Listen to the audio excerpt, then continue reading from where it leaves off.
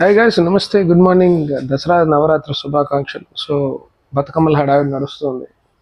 అవతారం చూశారుగా. సరైన నిద్రగులు లేకుండా నెట్వర్క్ లేని ప్లేసుల్లో లాంగ్ డ్రైవ్లు, చాలా చాలా పనుల మీద వేరే వర్క్స్ మీద తిరుగుతూ ఉంది. ఆ గ్యాప్లో నెట్వర్క్ దొరికిన చోట చిన్న చిన్న టౌన్లు, డిస్ట్రిక్ట్ హెడ్ క్వార్టర్లు వచ్చినప్పుడు కొద్దిగా episodes. So Friday, Saturday, Sunday complete చేశాక నాకు చాలా ఇంట్రెస్టింగ్ పాయింట్స్ ఉన్నాయి. First thing, hats off to Bigg Boss team.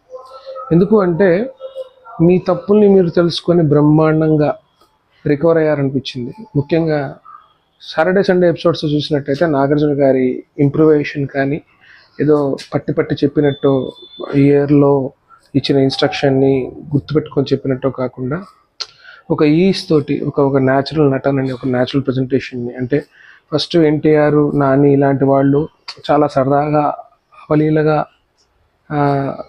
తోచినట్టు మాట్లాడుతూ మధ్యలో పంచులేస్తూ ఆ ఇంటరాక్షన్ బిల్డ్ చేసిన విధానం నాగార్జున గారు సూపర్ అంటే సూపర్. ఇడనే very good job. And Big Boss gaming విషయానికి వచ్చినట్టయితే అనుకున్నదే, నేను ఎలిమినేషన్స్ పాత ఎపిసోడ్స్ కూడా చెప్పాను, అనుకున్న ఎలిమినేషన్ అయింది, కానీ కొన్ని చేంజెస్ చాలా బాగా ప్లాన్ చేశారనిపించింది. అంటే మనకి ప్రాక్టికల్గా చెప్పాలి అంటే ఎంతసేపు ప్లేయర్ ఉంటున్నారు, గేమ్ ఆడించలే అనుకున్నాం, కానీ ఒకే గేమ్ పెట్టారు. కానీ దాన్ని కంటెస్టెంట్స్ ఎవరైతే హౌస్లోకి వెళ్ళాలి అంటే టెనెంట్స్ నుంచి ఓనర్గా మారే ప్రక్రియ అయితే ఉందో, ఏదైతే మన రాము రాథోడ్ ఓనర్ ఎక్కడైతే అయ్యాడో, ఆ గేమ్ సైకలాజికల్గా వెరీ ఇంట్రెస్టింగ్గా ఉంది. సో ఒకరిని సపోర్ట్ చేసుకోవటము, త్యాగాలు చేసుకోవటము, జరిగినటువంటి తప్పుల్ని కనిపెడుతూ తర్వాత చేసినటువంటి తప్పులు, అంటే ఎవరైతే నెగిటివ్గా ఉన్నటువంటి సంజన చాలా 3 డేస్లో చాలామంది క్లోజ్ అయింది. ఆశా సైనితో గొడవైన ఆశా సైనితో క్లోజ్గా బిహేవ్ అయింది. సో మర్యాద మనీష్ లాంటి వాళ్ళు కంప్లీట్గా ఆపోజిట్ టీమ్. ఈ హౌస్కి ఓనర్ నేను, మెంటర్ నేను అనే ఒక దగ్గర నుంచి, కెప్టెన్ నేను అనే ఒక దగ్గర నుంచి వీళ్ళిద్దరి మధ్య ఒక 3 డేస్లో ఉన్న బాండింగ్. సో అది సండే ఎపిసోడ్ ఎండింగ్లో పార్ట్లో చెప్పేస్తాను.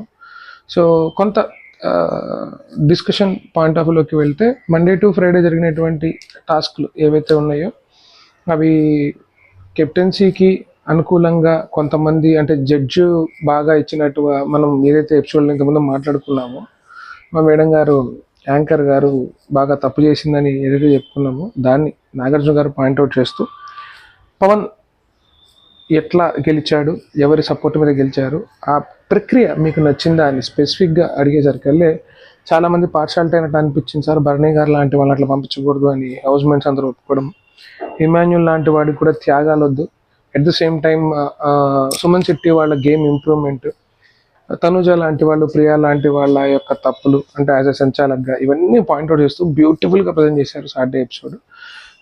ఏ స్థాయికి వెళ్ళింది అంటే చివరికి వీళ్ళ నలుగురికి మళ్ళీ కెప్టెన్సీ టాస్క్ పెట్టాలి అంటూ పవన్లో ఉన్నటువంటి ఒక అంటే బిత్తిరితనం అనుకోవాలి.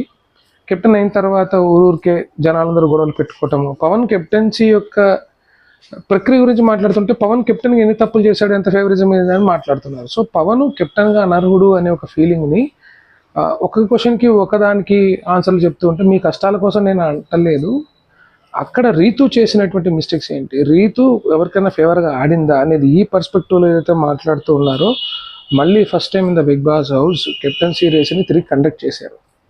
సో న్యాయంగానే జరగాలి, ఎట్లానే ఉండాలి అని ఏదైతే వీళ్ళు బలంగా అనుకున్నారో మళ్ళీ ఆ నలుగురికి పోటీ పెడుతూ, ఎందుకు అంటే శనివారం జనరల్గా సగం మందిని సేవ్ చేసి ఆదివారానికి ఒక ఫైనల్ ఎవరైతే ఇంట్లో నుంచి వెళ్ళిపోతున్నారో అదే చెప్తారు.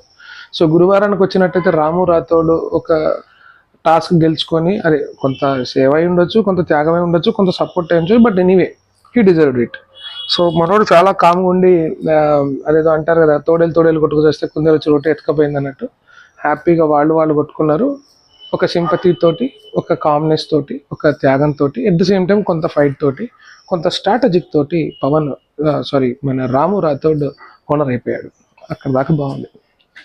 తర్వాత శుక్రవారం అంటే గురువారం టు శుక్రవారం దాకా మీరు చూశారు. శుక్రవారం ఏం జరిగిందని శనివారం నాగార్జున గారు ఎక్స్ప్లెయిన్ చేసినప్పుడు మొత్తం కెప్టెన్సీ గోలే నడిచింది శనివారం ఎపిసోడ్ అంతా.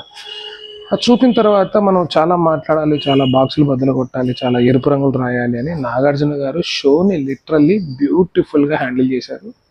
పాయింట్స్ ఈ ఎక్స్ప్లెయిన్డ్, జనాలలో ఏదైతే అనుకుంటున్నారో జనాల్ని కూర్చోపెట్టి వాళ్ళ ద్వారా లైవ్లో వినిపించి, ఫర్ ఎగ్జాంపుల్ మనకి అందరూ లో అవుతారు, ఫ్యామిలీని మిస్ అవుతారు, అన్నీ చేస్తారు. హరిత హరీష్ విషయంలో హరిత గారిని లైన్లోకి తీసుకొని మాట్లాడి వాళ్ళ ఆయన గురించి ఒక భరోసా ఇచ్చి, సో వాళ్ళ ఆవిడ ఏమందో అని మళ్ళీ మన హరితారీష్కి చెప్పి, సో ఇలాగా ఒక ఒక ఒక బిల్డ్ చేసి మళ్ళీ సండే సర్కిల్లో కెప్టెన్సీ గేమ్ని తిరిగి పెడుతూ వాళ్ళకి గేమ్ ఇస్తూ, అదే తప్పు చేసిన సంచాలకుని కూడా ఇది చేస్తూ ఏదైతే ప్లాన్ చేశారో, ఏదైతే గేమ్ని ప్లాన్ చేశారో, that was really beautiful. But anyway, మళ్ళీ end of the day Pavan నిజంగానే కష్టపడి తన కెప్టెన్సీని గెలుచుకున్నాడు. సార్ ఇలా వచ్చిన కెప్టెన్సీ నాకొద్దు అని తన జెన్యూనిటీని ప్రూవ్ చేసుకున్నాడు. అంటే ఎథికల్గా హీస్ గుడ్, జెంటిల్మెన్గా he's good, but as a leadership క్వాలిటీస్లో ఆర్ ఇమ్మెచ్యూరిష్ తనము కెప్టెన్గా ఉన్నప్పుడు ఉన్న ఫ్రైడే గొడవలండి. ఇప్పుడు ప్రాబ్లం ఏంటంటే తను సొంతంగా ఆడి ఎలా కెప్టెన్సీ అయితే గెలుచుకున్నాడో డీమన్ పవన్, అలాగా లీడర్షిప్ క్వాలిటీస్ కూడా పెంచుకొని అందరి మాట వింటూ అందరినీ కలుపుకుపోతాడా లేదా అనేటువంటిది ఈ వారం very interesting point. Second, Rithu Chowdary లాంటి వాళ్ళకి ఇంపార్టెంట్ టాస్క్ లేకపోతే ఒక సంచాలక తనుజ లాంటి వాళ్ళకి ఇస్తున్నప్పుడు ఎవరెవరు ఎక్కడ మిస్టేక్ చేశారు, వారంలో జరిగినటువంటి గేములు కానీ వాళ్ళ బిహేవియర్లు కానీ విత్ క్లిప్స్తో సహా చూపించి ఎక్స్ప్లెయిన్ చేస్తే ఒక్కొక్కడికి మనం ఒకలాగా ఉన్నాము, ఇక్కడ ఒకలాగా ప్రొజెక్ట్ అవుతుంది, మనం ఒకటి అనుకుంటున్నాము అది ఒకలాగా వెళ్తుందని అందరికీ జ్ఞానోదయం అయింది. కళ్ళు బిడింగ్ని తెరుచుకొని ఇట్లా ఇట్లా ఇట్లా ఇట్లా జ్ఞానం చూస్తే అందరు మస్తు తిరుగుతుర్రు అనమాట. బేసిక్ ప్రాబ్లం ఎక్కడొచ్చింది, మళ్ళీ ఈవెన్ పెట్టినప్పుడు మళ్ళీ సెకండ్ టైం ఆడించినప్పుడు బాక్స్లో లేకుండా చేస్తే, అంటే నేను ఎట్లనో పోయా అవతల వాడిని పోగొడితే అసలు వాడు విన్నవాడు కదా అనేది ఇమాన్యుయల్ ప్లాన్ని వెళ్ళి నీ టైర్ తెచ్చుకో, స్విమ్మింగ్ పూల్లో పడ్డ రెడ్ కలర్ టైర్ తెచ్చుకో అని ఒక ఐడియా ఇవ్వడంతో అటు వెళ్ళినప్పుడు బిగ్ బాస్ వెళ్ళి బజర్ కొట్టాడు.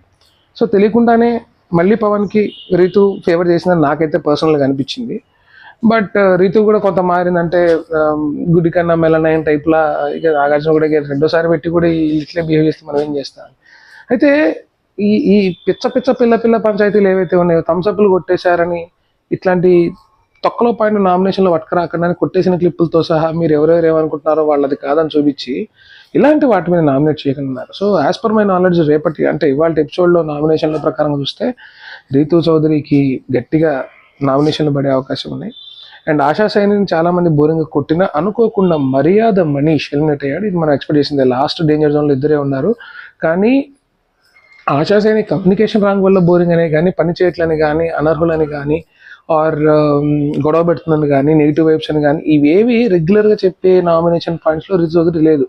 సో ఒక హింట్ ముందే ఇచ్చాడు, ఒకవేళ మీరు ఎక్కువ మంది మిమ్మల్ని బార్ వెనక పెట్టి బోరింగ్ క్యాండిడేట్ అన్నారు కాబట్టి మీరు కనుక ఈ నామినేషన్లో సేవ్ అయ్యి ఉంటే మీరు ఈ వారం మొత్తము కూడా జైల్లో గడపాల్సి ఉంటుంది, ఎప్పుడు రిలీజ్ అనేది బిగ్ బాస్ చేస్తారు అన్నట్టు ముందే హింట్ ఇచ్చాడంటే టీమ్ హ్యాస్ బీన్ డిసైడెడ్, తెలిసిపోతుంది. సో మర్యాద మనిషిని పంపిస్తారని నేను ఇంతకుముందు ఎపిసోడ్లో ఉన్నట్టు గెస్ చేసిన 100% కరెక్ట్. ఎందుకంటే కొన్ని జోన్స్, కొన్ని వైబ్స్ మేనేజ్మెంట్ ఎట్లా ఆలోచిస్తుంది, ప్రొడక్షన్ టీం వల్ల డైరెక్షన్ టీం ఎట్లా ఆలోచిస్తుంది, అది easily find it out. So ఆ విధంగా మర్యాద మనిషి పైన he given a good fight, he given a good journey. So వెళ్ళేటప్పుడు తను టాప్ 3, బాటమ్ 3 అండ్ టాప్ వాళ్ళు ఉండేటప్పుడు ఆ ఎక్స్ప్లెనేషన్ చాలా బాగుంది, అది చాలా మంది జనాలు నచ్చింది. నాకు సర్ప్రైజింగ్ ఎలిమెంట్ ఏంటంటే how I missed it, Shivaji garu doing a big boss buzz. So నేను ఫస్ట్ వెళ్ళిపోయినటువంటి వాళ్ళది ఎందుకు మిస్ అయిపోయాను అనేది నేను కూర్చొని చూశాను. సో ఇప్పటికే ఈ వీడియోలు ఎంత అయిపోయింది కాబట్టి బజ్ కార్యక్రమాలు మళ్ళీ చేస్తానంటే హాట్స్టార్ అది మిస్ అవుతుంది. But anyway coming back to ఆ యొక్క వెళ్ళిపోయినటువంటి వాళ్ళ ముగ్గురు క్యాండిడేట్స్ని కలుపుకొని శివాజీ గారి పెర్ఫార్మెన్స్, శివాజీ గారు అడిగే క్వశ్చన్స్, బజ్లో వీళ్ళు బయటకు వచ్చిన కంటెస్టెంట్స్ ఏ పాయింట్స్ రివీల్ చేశారనేది very interesting topic actually. So I want to watch buzz also. So buzz గురించి కూడా మీకు ఒక సపరేట్ వీడియో చేయబోతున్నాను. Thank you so much. This is PVR signing off from, ఇప్పుడు ఎక్కడున్నా, భద్రాద్రి కొత్తగూడెం జిల్లా భద్రాచలం అడవుల్లో, చట్టి, చింతూరు ఆ ప్రాంతాల్లో తిరుగుతూ ఉన్న అనేక రకాల డాక్యుమెంటరీస్ ఉన్నాయి నాకు. సో అవి షూట్ చేసుకొని నేను ఆ పనిలో ఉంటూ మధ్యలో BB9 అప్డేట్స్ మీకు ఇచ్చే ప్రయత్నం చేస్తాను. Thank you so much. Signing off.